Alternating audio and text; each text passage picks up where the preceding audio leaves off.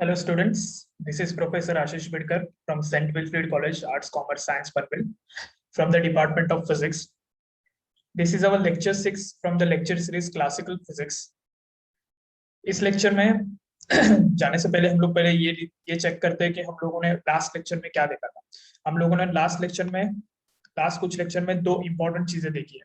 First is work done by a constant force, मतलब कि हम लोग जो भी फोर्स लगाते हैं कोई भी ऑब्जेक्ट के ऊपर, तो अगर वो फोर्स कांस्टेंट रहेगा, ठीक है, अगर वो फोर्स कांस्टेंट रहेगा तो उस फोर्स की वजह से कितना वर्क डन होता है। So just to remind you, work done is nothing but a force into displacement. इसका मतलब क्या कि वर्क डन में दो चीजें आती है। एक तो हम लोगों ने कितना फोर्स लगाया है, एक चीज, और दूसरी चीज आती है कि हम लोगों ने जितना फोर्स लगाया उसके हिसाब से ऑब्जेक्ट का डिस्प्लेसमेंट कितना हुआ, दूसरी चीज। तो work done is a scalar quantity that we have seen, और हम लोगों ने उसका पूरा मैथमेटिकल एनालिसिस लास्ट लेक्चर में किया था। So work done is nothing but force into displacement, that is a vector dot product of the two vectors. That force is a vector quantity and the displacement is a vector quantity, तो हम लोग उसका dot product लेंगे। सो इसका मतलब क्या है, जो हमारा वर्क डन आएगा that work done is nothing but a scalar quantity. तो work done by a constant force क्या आएगा, एफ डॉट डी या फिर एफ डी कॉस थीटा, क्योंकि जो डॉट प्रोडक्ट होता है वो डॉट प्रोडक्ट क्या रिप्रेजेंट करता है कि the magnitude of the forces, yeah, magnitude of the force and the magnitude of the displacement, and theta is the angle between the force and the displacement. तो इसका मतलब क्या हुआ, work done is equal to F D cos theta, ठीक है। So this is about force. If the force is constant तो work done कितना होगा, W is equal to F D cos theta, या फिर W is equal to F dot D. Next is we have seen work done by a varying force. तो अगर force हमेशा change हो रहा है for a small displacement dx displacement के लिए अगर वर्क डन चेंज हो रहा है, मतलब हर एक इनफाइनेटेसिमल dx डिस्प्लेसमेंट के लिए अगर वर्क डन चेंज हो रहा है, फोर्स चेंज हो रहा है, तो इसका मतलब क्या है, हमारा जो फोर्स है वो फोर्स एक वेरिंग क्वांटिटी। तो हम लोगों ने लास्ट लेक्चर में देखा था कि अगर फोर्स एक कांस्टेंट नहीं है तो you can plot that force as a curve, ठीक है, जो कर्व में हर एक पॉइंट रिप्रेजेंट करता है कि हर एक पॉइंट टू पॉइंट फोर्स कैसे चेंज हो रहा है। So from the work done by a constant force हम लोगों को इक्वेशन चेंज करना पड़ेगा, जिसमें हम लोगों को जो डिस्प्लेसमेंट है तो डिस्प्लेसमेंट हम लोगों को इनफाइनेटेसिमल लेके we have to take a integration, because जो हम लोगों ने फोर्स का जो भी हम लोग कर्व बनाए लास्ट लेक्चर में, वो कर्व के अंदर का जो भी एरिया होगा वो एरिया क्या होगा, डिस्प्लेसमेंट, वो एरिया क्या होगा, वर्क डन। अब वो एरिया वर्क डन क्यों होगा, क्योंकि ऑफ कोर्स जो फोर्स है वो फोर्स इनिशियल पॉइंट एक्स से लेके फाइनल पॉइंट एक्स तक लगाया गया है। इसका और एक्स से लेके एक्स तक जो फोर्स है वो कंटिन्यूअसली वेरिंग, ठीक है। तो इसका मतलब क्या हुआ कि हम लोगों का फोर्स जो है वो कंटिन्यूअसली वेरिंग है, इसलिए हम लोगों को इंटीग्रेट करना पड़ेगा between X I to X F fx dx, where fx is a changing force. You can also apply this formula over here, but इसमें x और xf में जो फोर्स रहेगा वो फोर्स तो कांस्टेंट रहेगा, इसकी वजह से हम लोगों को फॉर्मूला यहाँ पे अप्लाई करने की कोई जरूरत नहीं है। यहाँ पे हम लोगों को सिंपल फॉर्मूला है, फोर्स दिया हुआ है तो फोर्स का फोर्स जो भी है उसका अगर हम लोग वेक्टर डॉट प्रोडक्ट लेते हैं फोर्स विद डिस्प्लेसमेंट तो हम लोगों को वर्क डन मिल जाता है। Okay, it is not mandatory that कि हम लोगों को यही फॉर्मूला यूज करना है, लेकिन ये जो फॉर्मूला जो मैंने बेरिंग फोर्स के लिए बताया, इसमें ये जो फोर्स है अगर ये फोर्स कांस्टेंट रहा तो हम लोग यहाँ पे वो कांस्टेंट फोर्स भी डाल सकते हैं। तो basically you will get the same answer. Okay, जब हम लोग इंटीग्रेट करेंगे तो हम लोगों को सेम ही आंसर मिलने वाला है। सो इट डजंट मैटर कि हम लोग ये फॉर्मूला यूज करते हैं या पहला वाला फॉर्मूला यूज करते हैं, this is a more general formula क्योंकि ये जो है वो वेरिंग फोर्स को रिप्रेजेंट करता है, ठीक है, और वो जो फॉर्मूला है वो कांस्टेंट फोर्स को रिप्रेजेंट करता है। Okay, so with these two things in our mind, we will start with our new lecture. That is, इसमें हम लोग एक देखेंगे कि work done by a spring क्या होता है और मेजरिंग द स्प्रिंग कांस्टेंट, मतलब एक स्प्रिंग कितना वर्क डन कर सकता है ये हम लोग कैलकुलेट करने की कोशिश करेंगे। और दूसरा चीज हम लोग आज देखने वाले हैं कि स्प्रिंग कांस्टेंट को मेजर कैसे किया जाता है। तो स्प्रिंग कांस्टेंट क्या होता है वो मैं आप लोगों को बताऊंगा कि जब हम लोग स्प्रिंग के बारे में डिस्कस करेंगे, ठीक है। So first we will discuss about work done by a spring. So a block of horizontal frictionless block on the horizontal frictionless surface is connected to a spring. मतलब एक ब्लॉक है जो एक स्प्रिंग से connected है, like this. मतलब एक block है, यहाँ पे देखो नेक्स्ट नीचे वाला इमेज में एक ब्लॉक है जो एक स्प्रिंग से कनेक्टेड है, जो स्प्रिंग स्ट्रेच भी नहीं है और जो स्प्रिंग कंप्रेस भी नहीं, ठीक है। एक ब्लॉक सिर्फ स्प्रिंग से कनेक्टेड है और वो ब्लॉक जो है वो ब्लॉक का इनिशियल पोजीशन जो है वो x इक्वल टू 0 हम लोगों ने लिया हुआ है। ठीक है, तो ये इंपॉर्टेंट है हम लोगों को, उसका इनिशियल पोजीशन जो है वो इनिशियल पोजीशन में हम लोगों का स्प्रिंग जो है वो स्प्रिंग रिलैक्स होना चाहिए, ना ही वो कंप्रेस होना चाहिए, ना ही वो स्ट्रेच होना चाहिए।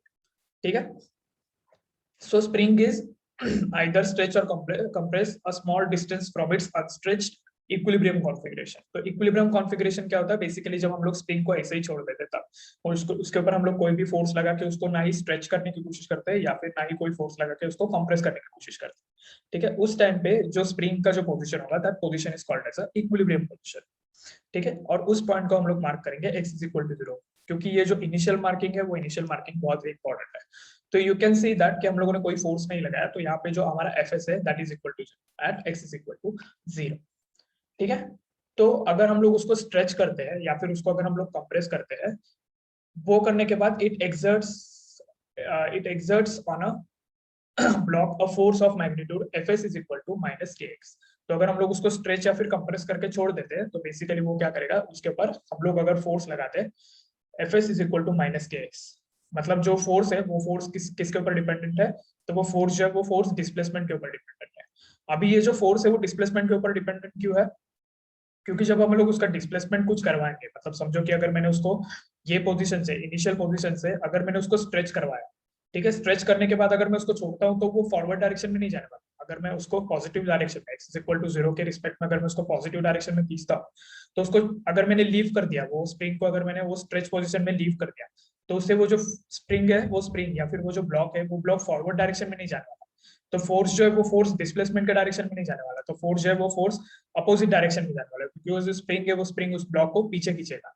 ठीक है ना, इसलिए हम लोगों ने क्या किया है कि जो फोर्स है वो फोर्स डिस्प्लेसमेंट के क्या है, निगेटिव प्रोपोर्शनल में।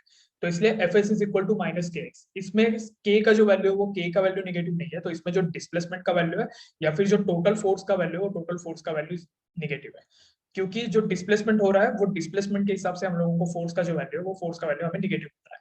यहाँ पे यू कैन सी दैट कि एक तो डिस्प्लेसमेंट को हम लोग निगेटिव ले सकते हैं, या फिर डिस्प्लेसमेंट को अगर हम लोग निगेटिव लेते हैं इसका मतलब क्या है, जो टोटल फोर्स है वो उसके निगेटिव हो जाएगा।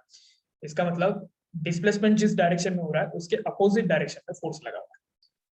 And you can say that x is displacement of a block from is unstretched position. मतलब डिस्प्लेसमेंट मतलब क्या कि एक तो हम लोगों ने इसको स्ट्रेच किया हुआ है या फिर कंप्रेस किया हुआ है from x is equal to 0 and k is a positive constant, it is called the force constant of a spring.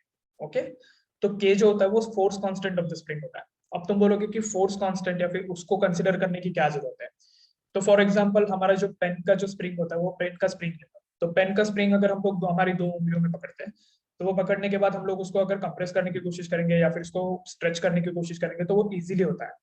ठीक है, लेकिन अगर हम लोगों ने बहुत बड़ा स्प्रिंग लिया कि जिस वो आयन का बहुत बड़ा स्प्रिंग है, उसका जो थिकनेस है वो थिकनेस बहुत ज्यादा है, तो उसको अगर हम लोग उसके ऊपर अगर हम लोग फोर्स लगाएंगे तो वो उतना कंप्रेस नहीं होगा या फिर उतना स्ट्रेच नहीं होगा जितना हम लोग पेन के स्प्रिंग को कर पाए। बराबर, तो it depends upon how the spring is built.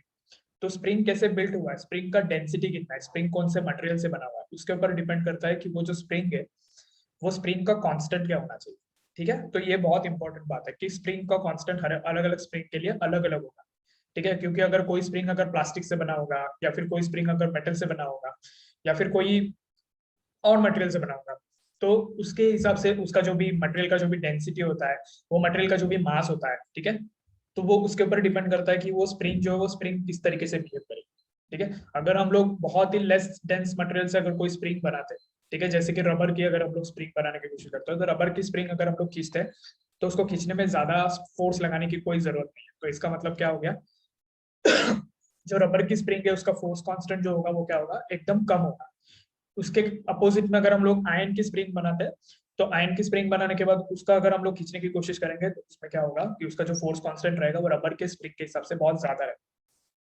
तीसरी चीज क्या होगी कि अगर हम लोगों ने इसमें तीसरी चीज क्या होगी कि अगर तो जो स्प्रिंग कांस्टेंट होता है वो स्प्रिंग कांस्टेंट उसके मटेरियल के ऊपर डिपेंड करता है, मटेरियल के डेंसिटी के ऊपर डिपेंड करता है।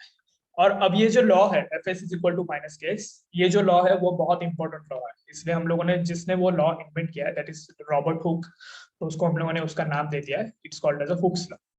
ठीक है, सो ये लॉ हमेशा याद रखना है, ये लॉ जो है वो लॉ बहुत इंपॉर्टेंट है, क्योंकि फिजिक्स में अगर तुम कोई भी डिफरेंशियल इक्वेशन सॉल्व करते हो या फिर लीनियर हार्मोनिक मोशंस वगैरह सॉल्व करते हो तो उसमें ये सबसे इंपॉर्टेंट लॉ है। ठीक है, तो F S is equal to minus के x is called as a Hooke's law. तो इसमें दो चीजें हम लोगों ने देखी कि अगर हम लोगों ने स्प्रिंग को अगर स्ट्रेच किया तो उसका जो फोर्स है वो फोर्स कहाँ पे लगेगा, towards the negative side of the x vector, या फिर अगर हम लोगों ने स्प्रिंग को कंप्रेस किया तो उसका जो फोर्स है वो कहाँ लगेगा, towards the positive side of the x vector. ठीक है, एक्स अगर नेगेटिव होता है तो फोर्स जो होगा वो पॉजिटिव साइड में लगेगा एक्स के, और अगर एक्स जो है वो पॉजिटिव हुआ तो फोर्स जो है वो नेगेटिव साइड में लगेगा। इसलिए हम लोगों ने क्या किया कि दोनों का जो साइन है वो दोनों का साइन अलग अलग है, इसलिए हम लोगों ने नेगेटिव साइन डाला है। So force is equal to minus के एक्स। ठीक है, so in other words the force required to stretch or compress a spring is proportional to the amount of stretch or the compression x। तो जो force है वो किसके ऊपर depend करता है, तो वो अमाउंट ऑफ स्ट्रेच या फिर कंप्रेशन के ऊपर। This force is known as the this force law of the spring is known as a Hooke's law, is valid only in the limited case of small displacement। तो यहाँ पे मैंने Hooke's law को फिर से एक बार मेंशन कर दिया है ताकि वो लोगों को पता चले कि this is really important, that's why we are concerning with this. Okay, ये जो Hooke's law, ये Hooke's law को ही यूज करके मॉडर्न फिजिक्स में बहुत सारे प्रॉब्लम्स को सॉल्व किया गया है। ठीक है, उसका तरीका अलग है लेकिन उसका बेसिक प्रिंसिपल जो है वो बेसिक प्रिंसिपल सेम है। This is called as a linear harmonic motion. वो linear harmonic motion modern physics में बहुत जगह पे यूज करके उन लोगों ने बहुत सारे प्रॉब्लम्स को सॉल्व किया। ठीक है, तो ये जो डिस्प्लेसमेंट है वो डिस्प्लेसमेंट बहुत स्मॉल होना चाहिए। अगर ऑफ कोर्स अगर हम लोग ने स्प्रिंग को इतना स्ट्रेच कर दिया कि वो स्प्रिंग फिर से उसके ओरिजिनल पोजीशन पर नहीं आ सकता, तो इसका मतलब क्या होगा कि फोर्स जो है वो फोर्स लगेगा ही नहीं। तो इसलिए हम लोगों का जो डिस्प्लेसमेंट है वो डिस्प्लेसमेंट बहुत स्मॉल होना चाहिए। ठीक है, सो द वैल्यू ऑफ के is measure the stiffness of the string. जैसे मैंने कहा था कि अगर स्ट्रिंग अगर सॉफ्ट हुआ तो वैल्यू उसका क्या होगा, स्मॉल होगा। अगर वो स्टिफ होगा तो उसका के का वैल्यू क्या होगा, ज्यादा होगा। So suppose the block has been pushed to the left a distance x max from the equilibrium। मतलब वो x max distance तक, मतलब यहाँ पे पॉजिटिव उसको स्ट्रेच किया गया x max distance तक या फिर has been pushed to the left, मतलब क्या किया गया उसको ये किया गया मैक्सिमम डिस्टेंस तक, मतलब जितना हम लोग उसको कंप्रेस कर सकते हैं उतना उसको हम लोगों ने कंप्रेस किया है। या फिर अगर तुम लोग उसको स्ट्रेच करना चाहते हो तो स्ट्रेच भी कर सकते हो। मैंने एक ही केस लिया है कि जिसमें मैंने उसको कंप्रेस किया, तो you can have stretch case as well, कि उसमें हम लोगों को क्या करना है बताता हूं। So let calculate the work done by a spring force as the block moves from the xi is equal to x max minus x max to xf is equal to 0। तो यहाँ पे हम लोगों ने क्या किया, कंप्रेस केस को किया। तो कंप्रेस केस में क्या होगा कि जब मैं उसको कंप्रेस करूंगा तो उसका इनिशियल पोजीशन क्या रहेगा, माइनस एक्स मैक्स रहेगा, और फाइनल पोजीशन क्या रहेगा, वो जीरो रहेगा। मतलब जब उसको कंप्रेस करने के बाद मैं छोड़ूंगा तो उसका फाइनल पोजीशन में क्या मेजर करूंगा, जीरो पोजीशन तक मेजर। ऑफ कोर्स वो टू एंड फ्रो मोशन करेगा क्योंकि स्प्रिंग है तो स्प्रिंग वो वाइब्रेट करेगा। लेकिन यहाँ पे हम लोगों को कहाँ से कहाँ तक का वर्क कैलकुलेट करना है, एक्स मैक्स से लेकर एक्स एफ तक का वर्क कैलकुलेट करना है। तो इसमें दूसरी केस भी आती है कि जिसमें हम लोग स्प्रिंग को स्ट्रेच कर सकते हैं। तो स्प्रिंग को स्ट्रेच करने के बाद हमारा जो एक्स आई होगा वो जीरो हो जाएगा क्योंकि इनिशियल पोजीशन है।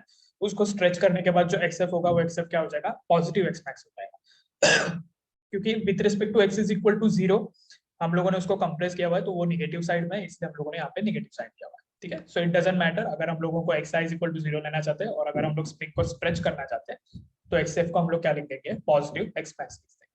सो दोनों केसेस में वो वर्क करता है। If you want to do you can do it. अगर हम लोगों को ये इंटीग्रेशन करना है तो इंटीग्रेशन में तुम लोगों को सिर्फ लिमिट को चेंज करना पड़ेगा, you will get the same answer. ये जो आंसर है ये तुम लोगों को सेम मिलेगा। तो let's see what is the integration. तो ws is equal to integration from xi to xf fsd, where fs is nothing but the varying force that we know। Okay, क्योंकि जैसे जैसे हम लोग स्प्रिंग को कंप्रेस करते जाएंगे, ओके जैसे जैसे हम लोग स्प्रिंग को कंप्रेस करते जाएंगे, कंप्रेस करते करते क्या हो जाएगा कि स्प्रिंग को हम लोगों को ज्यादा से ज्यादा फोर्स लगाना पड़ेगा, क्योंकि कंप्रेस करते करते जो स्प्रिंग के जो वाइंडिंग्स हो गए वो वाइंडिंग्स एक दूसरे के नजदीक आते जाएंगे, तो हम लोगों को फोर्स बढ़ाते रहना पड़ेगा उसको मैक्सिमम कंप्रेस करने। तो ये जो फोर्स है वो फोर्स क्या है, वो कांस्टेंट फोर्स नहीं है, वो फोर्स जो है वो वेरिंग फोर्स है। ठीक है, इसलिए हम लोगों ने यहाँ पे इंटीग्रेशन का फॉर्मूला यूज किया है, ना कि फोर्स इनटू डिस्प्लेसमेंट का फॉर्मूला यूज किया है। ठीक है, तो यहाँ पे यू कैन सी दैट कि इनिशियल पोजीशन उसका क्या था, माइनस एक्स मैक्स, और फाइनल पोजीशन क्या था, जीरो, और उसका इंटीग्रेशन क्या था, माइनस के X, F S is equal to minus के एक्स। अगर मैं इसको सॉल्व करता हूँ तो मुझे क्या मिलेगा, माइनस के तो कांस्टेंट है, एक्स का इंटीग्रेशन होगा एक्स स्क्वायर अपॉन टू, तो यहाँ पे मुझे क्या मिला, X square upon two, and then if I substitute the limit you will get half के एक्स स्क्वायर मैक्स।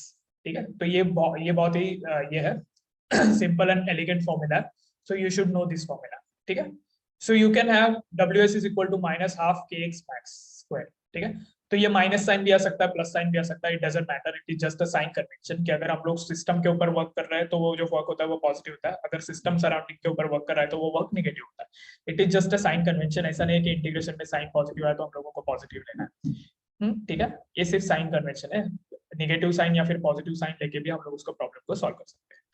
तो जैसे कि मैंने कहा कि if a block is undergoing an arbitrary displacement from X side to X, तो arbitrary displacement में वो जा रहा है, मतलब क्या है कि हम लोगों का जो डिस्प्लेसमेंट है वो डिस्प्लेसमेंट मैक्सिमम डिस्प्लेसमेंट नहीं है, नहीं कहीं पे इन बिटवीन कहीं पे वो डिस्प्लेसमेंट है, वो स्ट्रेच है या फिर वो श्रिंक, उसको हम लोगों ने क्या किया है, कंप्रेस किया था, कोई फर्क नहीं पड़ता। तो भी हम लोग क्या कर सकते हैं, work done by a spring force is nothing but WS is equal to integration from X side to XF minus KX dx। अगर हम लोग ये इंटीग्रेशन कैलकुलेट करते हैं तो हम लोगों को सिर्फ क्या करना है, माइनस KX को क्या हम लोग क्या करेंगे, माइनस KX स्क्वायर अपॉन 2, तो इनिशियल माइनस फाइनल आ जाएगा क्योंकि यहाँ पे ऑलरेडी माइनस साइन है और इंटीग्रेशन में माइनस साइन आता है तो वो माइनस साइन इन दोनों को फ्लिप कर देगा, इनके दोनों की पोजीशन फ्लिप कर देगा, तो half KX I square minus half KX F square. ठीक है, so this is our work done from initial to final position. तो इनिशियल से फाइनल पोजीशन में जाने के लिए हम लोगों को कितना वर्क करना पड़ेगा, सो यू कैन सिंपली कैलकुलेट, अगर हम लोगों को स्प्रिंग कांस्टेंट पता होगा तो हम लोग क्या कर सकते हैं, उसका इनिशियल पोजीशन डालेंगे, इनिशियल पोजीशन से का स्क्वायर करेंगे, फाइनल पोजीशन का स्क्वायर करेंगे, ये क्वांटिटीज को कैलकुलेट करेंगे and then will subtract those quantities, you will get the, हम लोगों को कितना वर्क करना पड़ेगा उसको इनिशियल से फाइनल तक स्ट्रेच या फिर कंप्रेस करने में, वो हम लोग कैलकुलेट इजीली कर सकते हैं। ठीक है, सो अभी हम लोग ये देखते हैं कि ये जो के है, ये के एक्चुअली है क्या, मतलब ये के जो है वो के हम लोगों को पता तो चल गया कि तो वो स्प्रिंग कांस्टेंट है, लेकिन अगर हम लोगों को के का वैल्यू ही नहीं पता होगा तो हम लोग वर्क डन कैसे कैलकुलेट करेंगे, राइट। तो के का वैल्यू हम लोगों को फॉर्मूला कैलकुलेट करना पड़ेगा, तो उसके लिए हम लोगों को कुछ ना कुछ मेथड पता होना चाहिए, तो हम we will see an example कि जिसमें हम लोग के का वैल्यू कैलकुलेट करते हैं। तो उसके पहले सिर्फ एक ग्राफ देख लो, वो ग्राफ बहुत इंपॉर्टेंट है। तो ये ग्राफ में यू कैन सी दैट कि हमारा जो एरिया है, दैट एरिया मतलब मैंने जैसे क्या था कि work done is nothing but force into displacement, लेकिन हम लोगों ने जब इंटीग्रेशन कैलकुलेट किया था तो हम मैंने तुम्हें बोला था कि जो वर्क डन होता है वो वर्क डन जो होता है फोर्स इनटू डिस्प्लेसमेंट होता है, तो फोर्स का जो कर्व होता है वो कर्व के अंदर का जो एरिया होता है, that area we are calculating as a work done. तो वो जो एरिया है वो एरिया हम लोग कैसे कैलकुलेट करेंगे वो देखो। तो यू कैन सी दैट कि अगर मैंने जीरो से लेकर निगेटिव तक मैंने मैक्सिमम डिस्प्लेसमेंट किया है, क्योंकि मैंने वही एक्सप्रेशन मैंने यूज किया है, तो जीरो से लेकर मैक्सिमम डिस्प्लेसमेंट किया है, तो बेसिकली हम लोगों को क्या मिला है, तो हम लोगों को यहाँ पे निगेटिव एक्स मैक्स तक हम लोगों को मिला है and then we are going towards the zero. Okay, और हमारा जो फोर्स है that is nothing but minus के एक्स, तो माइनस के एक्स इज नथिंग बट क्या है, ये सिर्फ एक स्ट्रेट लाइन है, लेकिन ये माइनस होने की वजह से उसका जो स्लोप होगा वो स्लोप नेगेटिव होगा, तो इसकी वजह से वो ओरिजिन से तो जाएगा लेकिन उसका स्लोप जो है वो स्लोप नेगेटिव होगा। अगर हम लोगों को, अगर मुझे एक्स मैक्स का पोजीशन पता है तो यू कैन इजीली कैलकुलेट, ये जो ट्रायंगल है, येलो कलर का ट्रायंगल दिख रहा है, वो येलो कलर के ट्रायंगल का एरिया मैं इजीली कैलकुलेट कर सकता हूँ and that area comes out to be half के x max square. So this area is nothing but a work done. You can see from the formula that WS is equal to half KX max square. ठीक है, तो इसका मतलब क्या हो गया कि हम लोगों को सिर्फ जो वर्क डन मिला था, वर्क डन कितना हो जाएगा, हाफ KX max स्क्वायर हो जाएगा and that is nothing but the area under this curve, कि जिस कर्व में हम लोगों ने एक्स एक्सिस पे डिस्प्लेसमेंट प्लॉट किया हुआ है और वाई एक्सिस पे हम लोगों ने क्या प्लॉट किया हुआ है, फोर्स प्लॉट किया हुआ है। तो हम लोग यहाँ पे फोर्स को प्लॉट नहीं कर रहे हैं, हम लोग क्या कर रहे हैं बेसिकली कि जो फोर्स है, फोर्स हमारा क्या है, माइनस के एक्स है, तो हम लोगों ने इसको सिर्फ एक स्ट्रेट लाइन से दिखाया हुआ है, लेकिन you can see that it is a varying force, मतलब वो जो है ये कांस्टेंट नहीं है, अगर ये कांस्टेंट होता तो it will be parallel to the x axis, लेकिन यहाँ से अगर तुम लोग देखोगे तो ये वेरी कर रहा है, मतलब वो जीरो तक जा रहा है, बाद में वो मैक्सिमम तक जा रहा है, तो इसका मतलब क्या है कि वो जो फोर्स है वो फोर्स भी वेरी कर रहा है। तो in that sense you can see that कि हमारा जो एरिया है, that area is nothing but the area of this triangle. ठीक है, after this as I promise you कि हम लोग क्या करेंगे, स्प्रिंग कांस्टेंट को मेजर करेंगे। तो स्प्रिंग कांस्टेंट को मेजर करना बहुत ही सिंपल है, एक स्प्रिंग ले लो, ठीक है, स्प्रिंग कांस्टेंट के को मेजर करना है, तो एक स्प्रिंग ले लो, वो स्प्रिंग को दीवार से अटका दो, ठीक है, और उसका जो दूसरा एंड है वो फ्री छोड़ दो और उसके ऊपर एक कोई तो मास अटैच करो। तो कोई तो मास अटैच करने की वजह से क्या होगा कि जो स्प्रिंग है वो स्प्रिंग स्ट्रेच हो जाएगी, क्योंकि हम लोगों ने उसके ऊपर फोर्स लगाया डाउनवर्ड डायरेक्शन। तो डाउनवर्ड डायरेक्शन में हम लोगों ने जितना भी फोर्स लगाया उसकी वजह से क्या होगा, वो स्प्रिंग स्ट्रेच हो जाएगी। तो ऑफ कोर्स हम लोग अगर स्प्रिंग का एक एंड पकड़ते और दूसरे स्प्रिंग का एंड को अगर हम लोग खींचते तो बेसिकली वो स्प्रिंग जो है वो स्ट्रेच होती है। तो basically we are doing the same thing, लेकिन हम लोग क्या कर रहे हैं, हम लोग आर्बिट्ररी फोर्स से खींच नहीं रहे, हम लोगों को जो फोर्स पता है उस फोर्स से हम लोग खींच रहे हैं, ताकि हम लोगों को एक्जैक्टली स्प्रिंग का कांस्टेंट जो है वो स्प्रिंग का कांस्टेंट हम लोग कैलकुलेट कर सके। ठीक है, ये अगर हम लोग हाथ से खींचेंगे तो हम लोगों को पता नहीं चलेगा कि हम लोगों ने कितना फोर्स लगाया, लेकिन अगर हम लोग ये under the force of gravity करते हैं तो हम लोगों को पता है जो बॉल हम लोगों ने उसको अटैच किया है उसका मास पता हुआ है, और जो ग्रेविटी का ग्रेविटेशनल फोर्स लगने वाला है जी, उसका वैल्यू भी हमें पता है 9.8 मीटर पर सेकंड स्क्वायर। तो इसलिए हम लोग इजीली फोर्स कांस्टेंट को कैलकुलेट कर सकते हैं। तो इसको एक बॉल को, एक स्प्रिंग को एक बॉल पे अटैच कर दो और उसका जो डिस्प्लेसमेंट है वो डिस्प्लेसमेंट कैलकुलेट करो, ठीक है, ओरिजिनल पोजीशन से कितना डिस्प्लेस हुआ है वो कैलकुलेट करो। अब इसका फ्री बॉडी डायग्राम देखना चाहते हो तो वो तो बहुत सिंपल है, क्योंकि जो फोर्स है वो फोर्स कितना लग रहा है, जो इस डायरेक्शन में फोर्स कितना लग रहा है, that is nothing but mg, और अपोर्ड डायरेक्शन में फोर्स कितना लग रहा है वो जो है वो माइनस के एक्स है, या फिर यहाँ इस केस में क्या होगा माइनस के डी है, के is nothing but the spring constant and D is nothing but the displacement. ठीक है, तो उसमें से हम लोगों को के का वैल्यू फाइंड आउट करना है। ठीक है, तो जो फोर्स है, जो डिस्प्लेसमेंट है, वो डिस्प्लेसमेंट की मतलब डिस्प्लेसमेंट का जो होता है वो फोर्स के अपोजिट डायरेक्शन में होता है, इसकी वजह से हम लोगों को नेगेटिव साइन मिलता है, बराबर। लेकिन यहाँ पे हम लोगों को एक चीज को चेक करना है कि हम लोगों को यहाँ पे सिर्फ मैग्नीट्यूड चाहिए, कि हम लोगों को यहाँ पे क्या चाहिए, magnitude of the force spring constant. हम लोगों को यहाँ पे कोई डिस्प्लेसमेंट नहीं चेक करना कि उस डिस्प्लेसमेंट किस डायरेक्शन में हो रहा है, फोर्स किस डायरेक्शन में जा रहा है, ये हम लोगों को कैलकुलेट नहीं करना है, हम लोगों को सिर्फ स्प्रिंग कांस्टेंट कैलकुलेट करना है। इसलिए हम लोग क्या करेंगे, अगर हम लोग हुक्स लॉ यूज भी करते हैं तो भी हम लोगों को उसका मैग्नीट्यूड चाहिए, and magnitude is always positive. ठीक है, ये बात को याद रखना, मैग्नीट्यूड इज ऑलवेज पॉजिटिव। तो इसकी वजह से हम लोग क्या करेंगे कि हम लोग सीधा टेक्निक कैसे यूज करेंगे, और common technique use in a measure to spring constant, और spring is describe in the figure about, जो हम लोगों ने डिस्क्राइब किया। तो हम लोग उसको क्या करेंगे, spring is hung vertically and the object of mass m is attached to its lower end. So under the action of the load mg, the spring stretches to a distance d and it is from its equilibrium position. So because of the spring force is upward, जो spring force है वो upward direction में, opposite to the direction of displacement, it must be balanced by the downward force of the gravity. जो spring का जो force है upward direction में, उतना ही force क्या होगा, downward force of the gravity की वजह से balance हो जाएगा। तो उसकी वजह से क्या होगा, वो जो spring है वो spring छोड़ने के बाद, मतलब अगर हम लोग उसको बॉब अटैच करके रखते हैं कंटिन्यूसली, तो spring जो वो spring back and fourth vibrate नहीं करेगा, क्योंकि जितना ग्रेविटी का जितना फोर्स है वो तो उसके ऊपर उतना लगा ही रहा है, लेकिन एग्जैक्टली अपोजिट डायरेक्शन में स्प्रिंग का जो फोर्स है वो भी लग रहा है, तो उसकी वजह से वो जो बॉब है वो वाइब्रेट नहीं करेगा, वो एक ही पोजीशन में रहेगा। तो इसलिए हम लोगों को डिस्प्लेसमेंट बार बार चेक करने की जरूरत नहीं, अगर वो अप एंड डाउन मोशन करता है तो इसलिए हम लोगों को डिस्प्लेसमेंट चेंज करना पड़ेगा, लेकिन ऐसा नहीं होगा क्योंकि फोर्स ऑफ ग्रेविटी जो है वो कांस्टेंट है, तो इसलिए उसका डिस्प्लेसमेंट भी जो होगा वो डिस्प्लेसमेंट भी कांस्टेंट होगा, और जो स्प्रिंग कांस्टेंट है वो भी कांस्टेंट होगा। So from the Hooke's law, the modulus of F S, जैसे मैंने कहा था कि हम लोगों को उसका सिर्फ मैग्नीट्यूड लेना है, तो मैग्नीट्यूड क्या होगा, पॉजिटिव होगा, so k d is equal to m g. ठीक है, तो हम लोगों को क्या चाहिए, के का वैल्यू चाहिए, तो हम लोग के का वैल्यू एक साइड में रखेंगे और ये जो डी है वो दूसरे साइड में डाल देंगे, so k is equal to m g upon d. ठीक है, तो हम लोगों को स्प्रिंग कांस्टेंट का वैल्यू मिल गया। तो एक एग्जांपल सॉल्व करते हैं। For example, if a spring is stretched to the 2 centimetre by suspended object having a mass of 0.55 kg, then the force constant, तो फोर्स कांस्टेंट हम लोगों को कैलकुलेट करना है, तो फोर्स कांस्टेंट क्या है, mg अपॉन d। तो यहाँ पे हम लोगों को मास का वैल्यू पता है 0.55, और जो g का वैल्यू है वो भी हम लोगों को पता है 9.8 मीटर पर सेकंड स्क्वायर। लेकिन यहाँ पे जो d का वैल्यू है डिस्प्लेसमेंट का, वो डिस्प्लेसमेंट का वैल्यू हम लोगों को किसमें दिया हुआ है, सेंटीमीटर में दिया हुआ है, लेकिन सेंटीमीटर इज नॉट प्रॉपर ऐसा यूनिट, तो हम लोगों को उसको किस में कन्वर्ट करना पड़ेगा, मीटर में कन्वर्ट करना पड़ेगा, बराबर। 100 centimetre is equal to 1 metre, so 1 centimetre is equal to 0.01 metre. So इसके हिसाब से क्या हो जाएगा, ये 2 into 10⁻² मीटर हो जाएगा। So if you calculate this you will get a force constant to be 2.7 into 10⁻² newton per metre. तो अब फोर्स कांस्टेंट का यूनिट भी हम लोगों को पता चल गया, फोर्स कांस्टेंट का यूनिट क्या होता है, न्यूटन पर मीटर। अब तुम पूछोगे कि फोर्स कांस्टेंट का यूनिट न्यूटन पर मीटर क्यों होता है, सो इट इज सिंपल। देखो यहाँ पे अगर तुम ये लॉ देखोगे तो लॉ के हिसाब से इसका सिर्फ मैग्नीट्यूड है, नेगेटिव साइन को भूल जाओ, तो हम लोगों को फोर्स कांस्टेंट क्या पता है, तो यहाँ पे एफ एस है, अगर मैं एक्स को डिवाइड करता हूँ तो यहाँ पे क्या हो जाएगा, एफ एस अपॉन एक्स। तो फोर्स का यूनिट क्या हो गया, न्यूटन, और एक्स का यूनिट हो गया मीटर, से न्यूटन पर मीटर। इसके हिसाब से हम लोगों को फोर्स कांस्टेंट का यूनिट क्या आया, न्यूटन पर मीटर। ठीक है, तो हम लोगों ने जो भी कैलकुलेट किया उस फोर्स कांस्टेंट, वो फोर्स कांस्टेंट का यूनिट हम लोगों को क्या लिखना पड़ेगा, न्यूटन पर मीटर।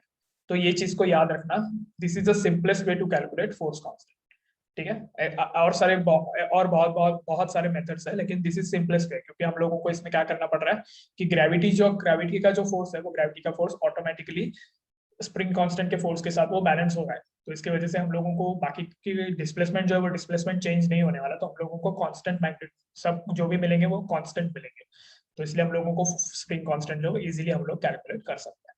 ठीक है, तो that's it for this lecture students. Next lecture में हम लोग वर्क एनर्जी थ्योरम देखने वाले हैं। हम लोग देखने वाले हैं कि काइनेटिक एनर्जी जो होता है और पोटेंशियल एनर्जी क्या होता है, वो हम लोग देखने वाले हैं नेक्स्ट अपकमिंग लेक्चर्स में। हम लोग जो एनर्जी जो होता है, वो एनर्जी कंजर्वेशन कैसा होता है, वो हम लोग देखने वाले हैं। ठीक है, तो bear with me in the next lecture में जरूर आना। अब तक के लिए शुक्रिया, thank you, we will meet in next lecture.